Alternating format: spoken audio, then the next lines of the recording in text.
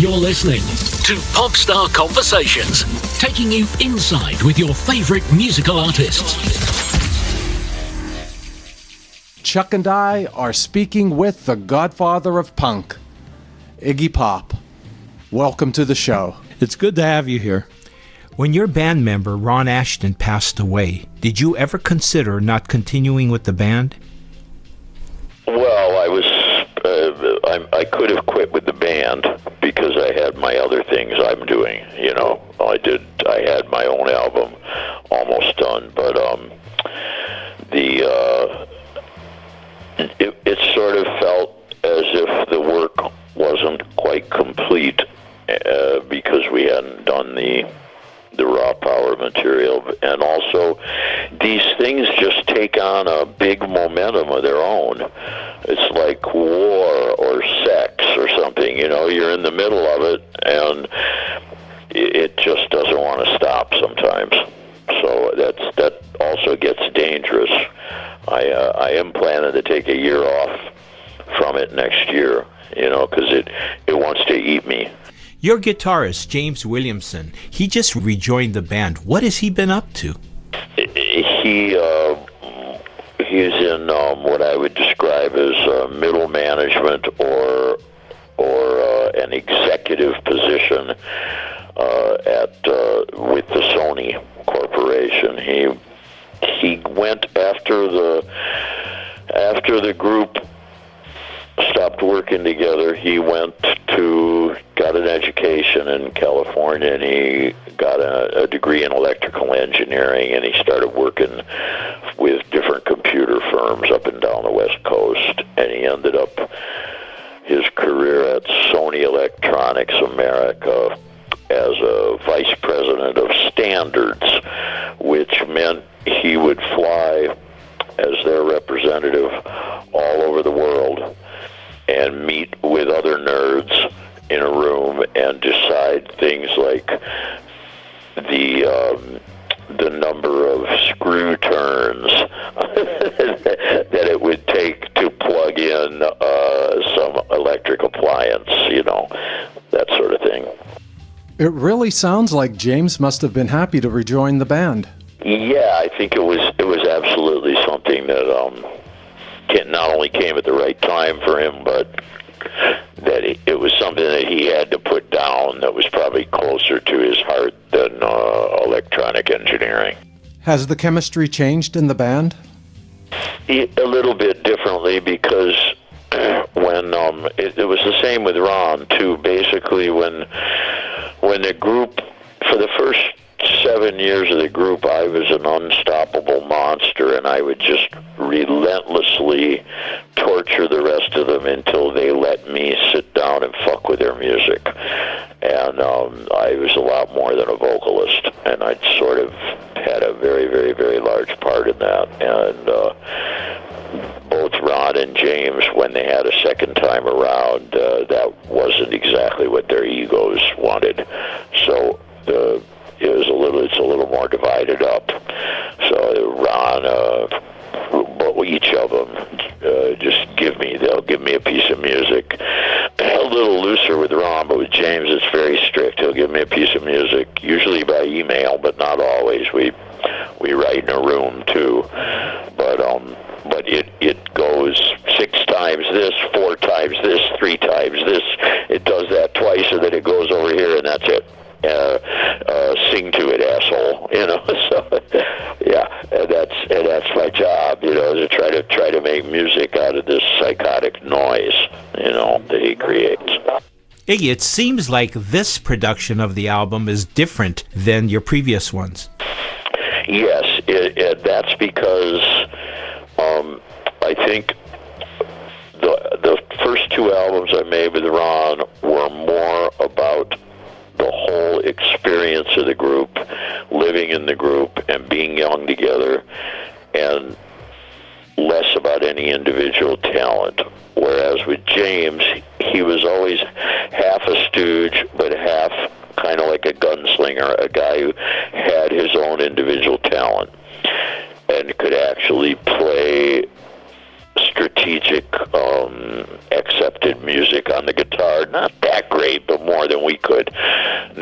So he has always, he can do better with it with less input from me than Ron could.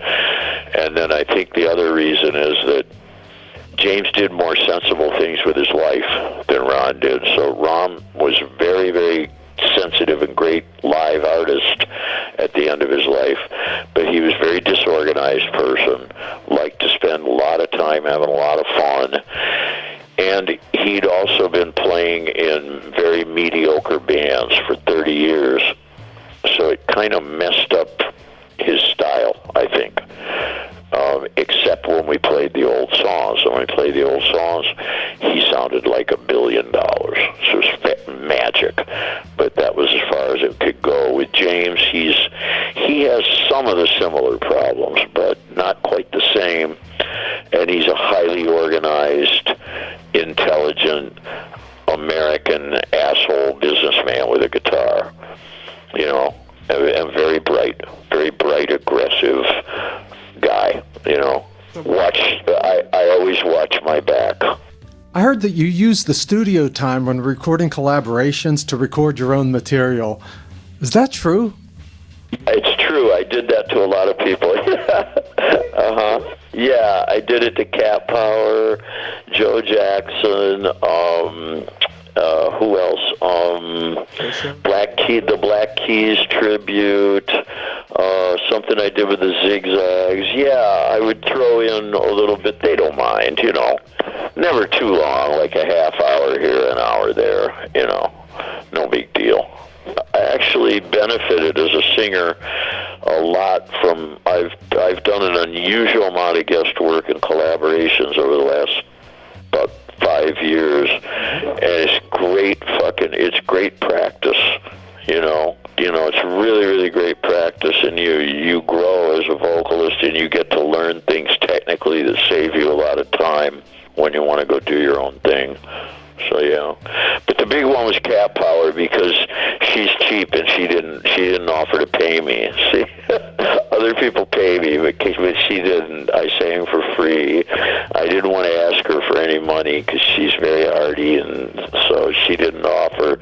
So I just used a couple hours of her studio time for Stooges. What were you after in this album? Some of the songs, they seem a little cynical. Well, yeah, I have a pretty sarcastic feeling about the place, and I'm living that's where I live when I'm not out, working, doing whatever, messing up somebody's movie or, showing my penis on the stage. I'm in America. So, and I think because especially I've had an American girlfriend for ever since the year 2000, and then we got married a few years ago. So I'm really living this American life, and like I hear all the shit on the TV that they think, and all the chitter chatter. So it just makes me crazy sometimes. So I wanted to sing about that stuff and put less of my own stuff into it because.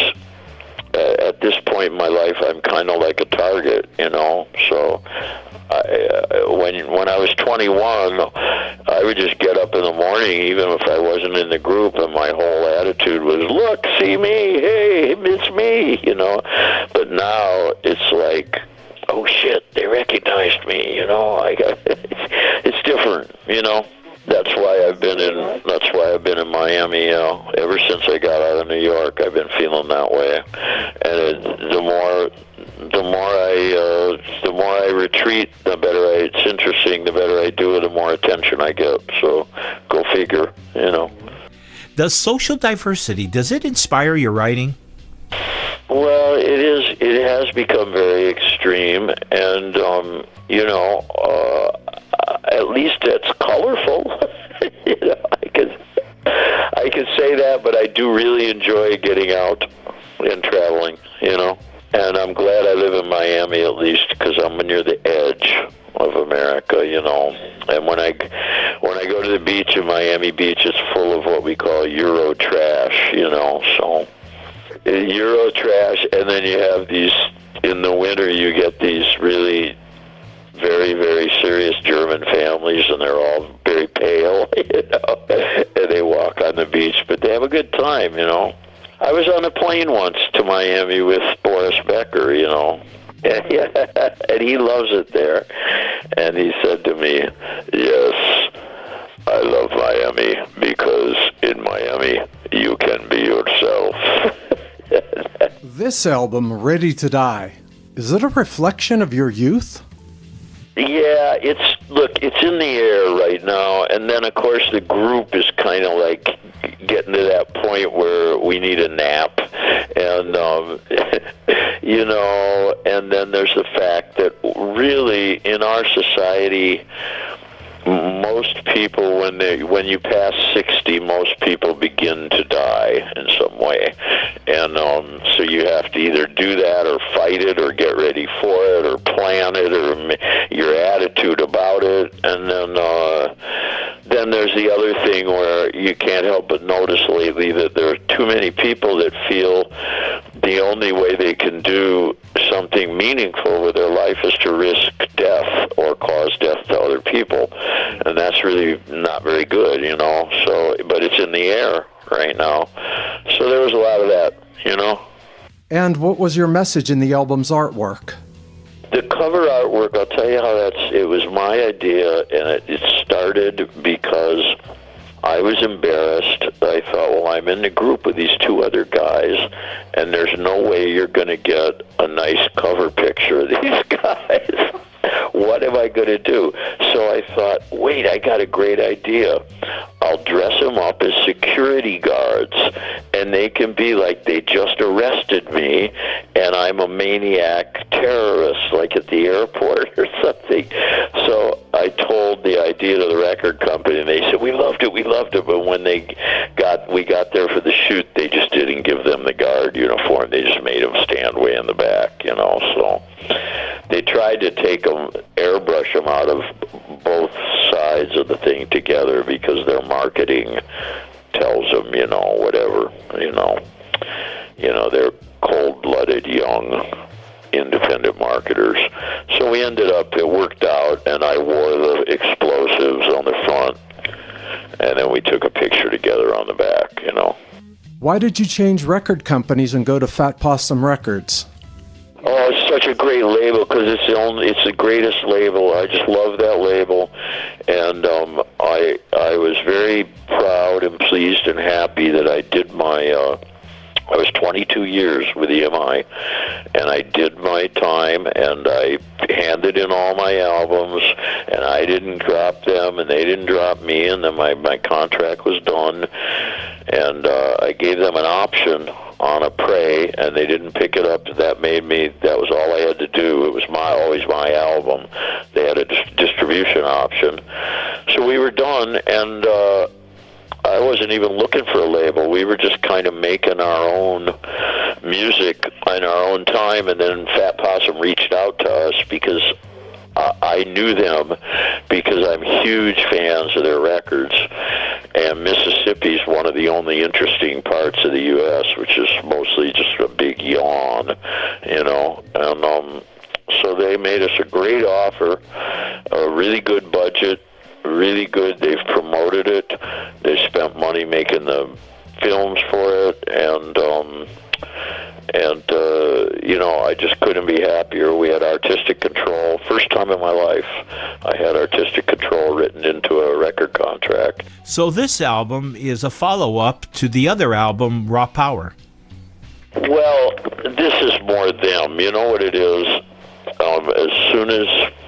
As soon as we agreed we'd start working, then the head of the label, who is basically just a troublemaking college dropout bum, but a great guy, just started saying, well, you know now when this comes out, everybody's going to compare it to Raw Power. And I said, would you shut up, and he just wouldn't stop doing that. So obviously, that's in their head, and I think they're just proud to have the group that did Raw Power, or 3/4 of it, on their label, and I don't think it really has that much to do with raw power, though. There's certain stylistic things, maybe mostly in the guitar playing, I think, but not that much, really. Okay. I understand that you're in a French movie directed by Sophie Blondy. Yeah, she did that. She's an idealist and a romanticist who probably should have been born in a different time. But she is a wonderful character actor, and also she has a wonderful eye as a sort of art movie director. And the movie stars Denis Lavant, and I'm like a giant fan of him. And he's kind of like, reminds me of Gene Kelly, the American. He dances when he walks. I don't know if you ever saw him in Les Amants de Pont Neuf or in The Lieutenant, the Claire Denis movie. Yeah, but he's great. So yeah, Sophie's a wonderful, strange girl, and she gave me the film is a remake of a Fritz Lang movie, which Lang made in France, called Lilium. It starred Charles Boyer, the original, and it's a motherfucker.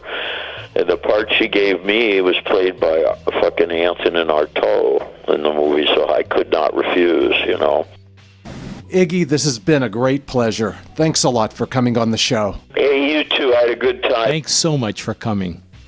Thank you again for listening to Popstar Conversations. Be sure to click the subscribe button below and hit the red bell so that you'll be notified of our next exclusive interview. Thank you for listening to Popstar Conversations. Please join us again for another conversation with your favorite musical artist.